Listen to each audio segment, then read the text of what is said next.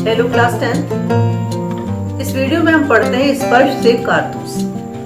कारतूस जो पाठ है वो आपके लास्ट लेसन है आपकी पाठ्य पुस्तक का।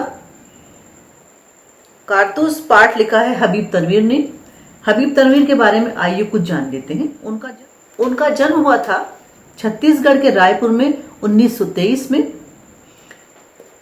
वे एक नाटककार थे और उन्होंने इसकी शिक्षा इंग्लैंड से ली थी। मुद्रा राक्षस और चरणदास चोर उनके बहुत ही प्रसिद्ध नाटक हैं जिनका मंचन भी बहुत बार किया जा चुका है। उनको पद्मश्री भी मिला। उन्होंने नाटक के क्षेत्र में बहुत काम किया। ये जो कहानी है आपकी, ये भी एक नाटक की फॉर्म में है। ये पाठ्य पुस्तक में नाटक की तरह से दिया है, जिसमें एक भारत के जांबाज सिपाही वजीर अली के बारे में बताया गया है। जब अंग्रेजों ने भारत में शासक के रूप में अपनी जड़ें जमानी शुरू कर दी, तभी से उनका विरोध शुरू हो गया था। लोग और बहुत सारे जांबाज लोग उनको स्वीकार करना नहीं चाहते थे।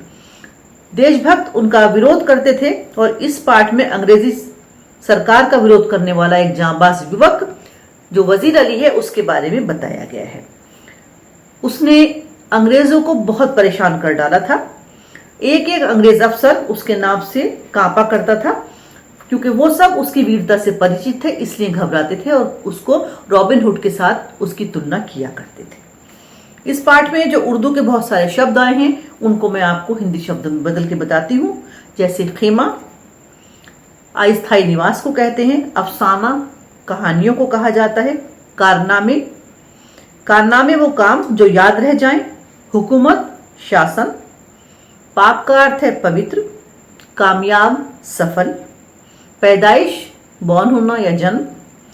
तख्त राजगद्दी को कहते हैं। ऐश पसंद भोग विलास पसंद करने वाला। जाबाज जान की बाजी लगाने वाला। दमखम मजबूत जाती तौर पर व्यक्तिगत रूप से। वजीफा मदद के लिए दी जाने वाली धनराशि। हुक्मरान शासक। हिफाजत सुरक्षा को कहा जाता है। एक जगह आया है कि गर्द ऐसी उड़ रही है, गर्द कहलाती है धूल। बख्शी छोड़ देना। हक्का बक्का रह जाना, आश्चर्यचकित होना। तो अब हम आते हैं पाठ के सारांश पर, जो नाटक की तरह से है आपकी पाठ्य पुस्तक में। गोरखपुर के जंगल में कर्नल कॉलिंज काफी दिनों से एक खेमा लगाए हुए हैं, यानी कि एक टेंट लगाकर रहते हैं अपनी बहुत सारी फौज के साथ। उनका एक उद्देश्य है वहां पर रहने का, वो है वजीर अली को पकड़ना। लेकिन वजीर अली किसी भी तरह से उनके हाथ नहीं आता। वो कितनी कोशिश कर करके थक चुके हैं। अब वो ये सोचते हैं कि वो कैसा जाबाज है जो उनके हाथ नहीं आता। वो इतने सारे हैं और वो एक अकेला उनको परेशान किए हुए है। यही बातें वो लेफ्टिनेंट के साथ कर रहे हैं।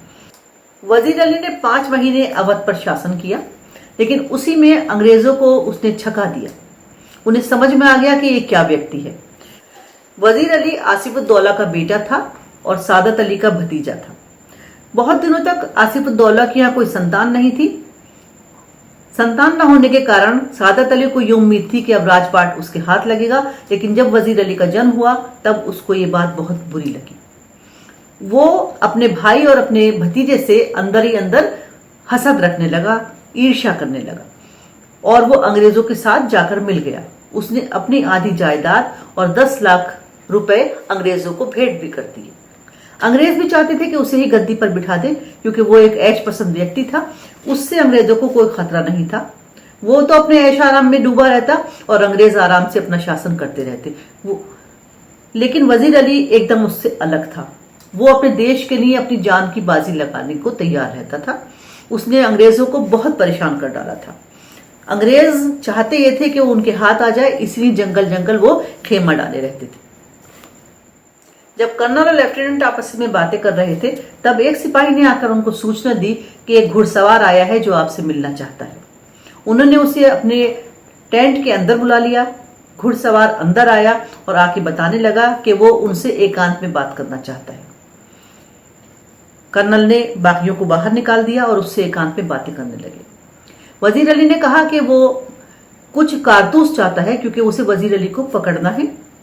कर्नल ने ये सोचकर कि वजीर अली को पकड़ेगा और उससे पीछा छूट जाएगा, उसे 10 कारतूस दे दिए। वो 10 कारतूस लेकर जाने लगा। जब कर्नल ने पूछा कि वो कौन है, तो उसने जाते जाते बता दिया वो वजीर अली है, वो बता गया जाते जाते। और उसके जाने के बाद कर्नल से जब लोगों ने पूछा कि कौन आया था, तब उन्होंने बताया एक जांबाज सिपाही। उन्होंने वजीर अली का यहाँ पर ये बात कहकर सम्मान कर दिया। वो एक वीर का सम्मान है एक तरह से, कि जो अपने देश के लिए लुटना चाहता है, देश पर निछावर होना चाहता है। दुश्मन भी उसके लिए अपने मन में कहीं ना कहीं एक इज्जत रखते हैं। वो एक अकेला जब चलकर आ रहा था तो धूल इस तरह से उड़ रही थी जैसे एक पूरा काफिला चला आ रहा हो। सिपाही उसको देखता रहा, और लेकिन जब वो पास आया तो लगा केवल एक व्यक्ति है। तो यानी कहने का तात्पर्य यह है कि उस एक व्यक्ति में इतनी शक्ति थी जितनी कि एक पूरे समूह में होती है। इसीलिए उसको उसकी बात सुनकर, उसके कारनामे सुनकर सबको रॉबिन हुड की याद आ जाया करती थी, क्योंकि वो भी एक ऐसा ही जांबाज व्यक्ति था। तो ये छोटी सी समरी है कारतूस की, यानी कि जांबाज सिपाही, वजीर अली की जांबाजी की, उसकी वीरता की। आपको समझ में आई होगी। अगली वीडियो में इसके हम प्रश्नोत्तर आपसे डिस्कस करेंगे। इसको आप अच्छी तरह से समझ लीजिएगा, शब्दार्थ को देख लीजिएगा। शब्दार्थ याद करना बहुत आवश्यक है, क्योंकि उर्दू शब्दों को हमें हिंदी में बदलना है। लाइक और शेयर करते रहिएगा। Thank you.